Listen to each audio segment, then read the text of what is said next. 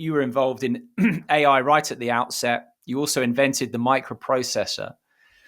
And I saw during my research a newspaper clipping of you at a time when you were setting out to create a conscious computer. Can you just describe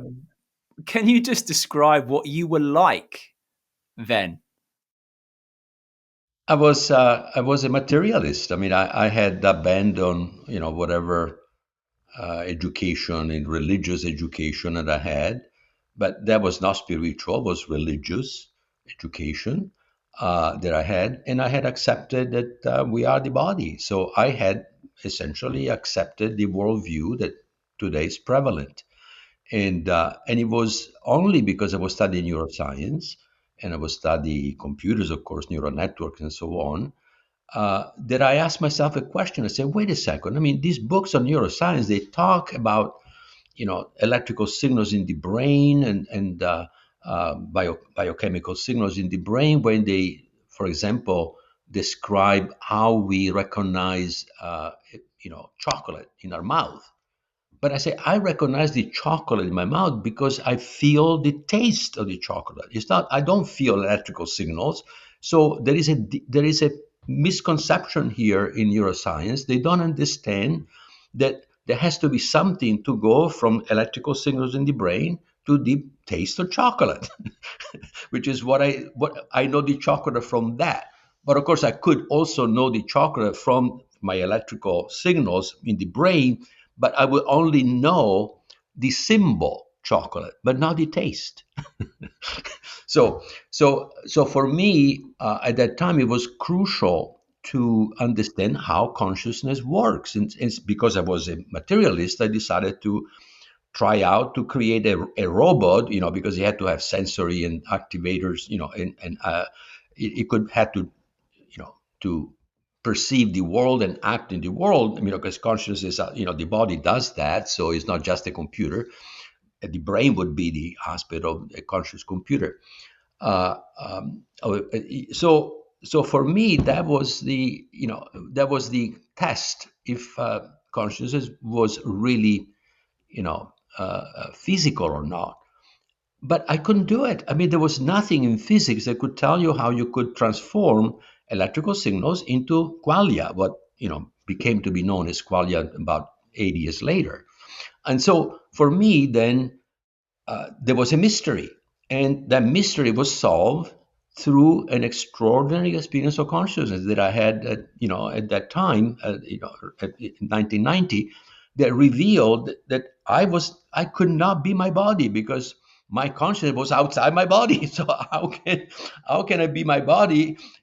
Where the consciousness was perceived as to be, in my head, when I'm everywhere. I'm in my body, but also outside my body. How is that possible? So that changed my mind, and it took 20 years of work to actually realize that consciousness had to be foundational. Consciousness and free will had to be part and parcel of each other, because consciousness without free will makes no sense.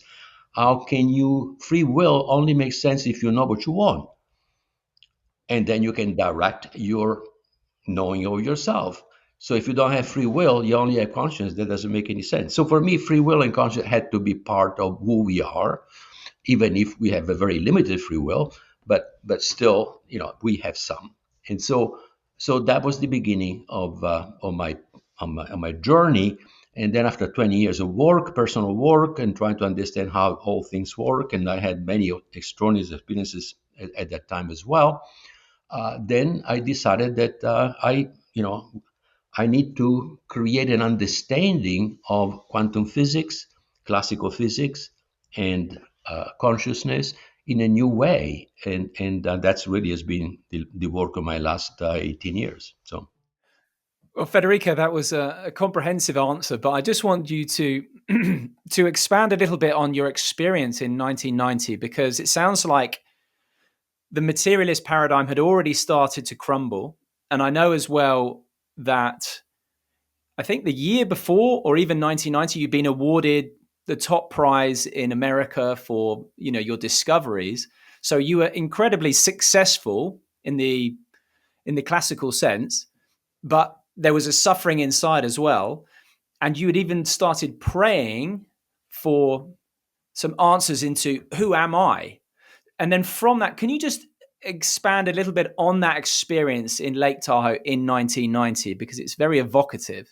Yeah, well, rapidly, at that time I was also unhappy with myself, which was strange. I mean, how can I be unhappy? I have achieved everything that I wanted to do, and I was one of the few lucky ones that could say that, and I was miserable inside. So what's wrong with this picture? That was a problem of consciousness, right? So so that in that climate where I wanted to understand consciousness as a personal problem and also as a as physics or as you know the nature of reality. I had this conscious experience where one night I was on vacation and Lake Tahoe. I woke up in the middle of the night, thirsty, got a glass of water, went back to bed, and as I was trying to go back to sleep, this energy, physical energy, coming out of my chest, just like a beam. But it was unbelievable energy that felt like love, 10,000, 100 times stronger than any love that I felt, and not directed to anybody. It was unconditional. Now I know the word, but at that time it was just love, and I was stunned. How can I be the source of love? Me, the source of love, incredible. But it was also mixed inside. It was joy and peace. And peace I've never felt in my life because I was never where I was. I was always, planning the future, and I was never in where in the place and time where I actually was. And why was it peace? Because that energy was me. My consciousness was also in this energy that was coming out of me. So I was that. And then this energy, expanded, kind of, it felt like it blew up and is everywhere. And now it's in this white scintillating light. My body is hot and vibrating. My mind is saying, wow, this is the stuff of which everything is made. So, the thought was, this is it. This is this stuff that feels like love. And it is, is conscious and whatever is not only me, but it's also the stuff of which everything is made. So I was both the observer and the observed. And and with that, my entire understanding of who I was was basically upended, and it was upside down. I mean, it was it was, but the feeling of truth that came from that experience was so powerful and so incredible. And for the first time, I could see that I could know and know that I know, because that experience was a direct experience of consciousness. Now, I didn't have those words in those days, but basically, we have each one of us has that capacity to know directly who we are. Now, it doesn't come with an equation. It doesn't come with it is not even verbal. It goes beyond verbal. It goes beyond measure, beyond numbers.